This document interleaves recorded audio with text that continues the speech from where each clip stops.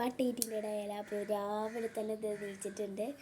ഇനി നമുക്ക് എനിക്ക് കുറേ ദിവസം വട്ടയിറ്റിൻ്റെ ഇടയിൽ ചെയ്യണം എന്ന് ആലോചിക്കുന്നു. അപ്പോൾ എന്തായാലും നമുക്ക് ഇന്ന് തന്നെ ചെയ്യാം. അപ്പോൾ എല്ലാവരും വേഗം വീഡിയോയിലിട്ട് പോവാം. അപ്പോൾ രാവിലെ തന്നെ ഒരു നല്ല ഊതി കുടിക്കുന്ന കട്ടൻ ചായ ചെയ്യുന്നു കേട്ടോ. അത് കുടിച്ചു. എനിക്ക് അത് കുടിച്ചാലേ ഒരു ആശ്വാസമാവുള്ളൂ.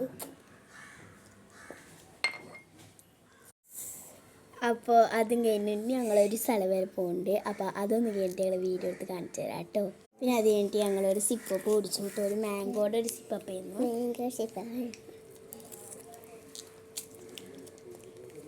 അടിപൊളി ടേസ്റ്റ് ചെയ്യുന്നു കേട്ടോ. അതാണ് നമ്മൾ മാംഗോയുടെ സിപ്പപ്പ്.